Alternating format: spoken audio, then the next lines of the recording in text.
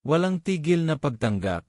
Dahil sa pangangailangan kung kaya ating pinanaligan at tinanggap ang Panginoong Hesus na ating tagapagligtas.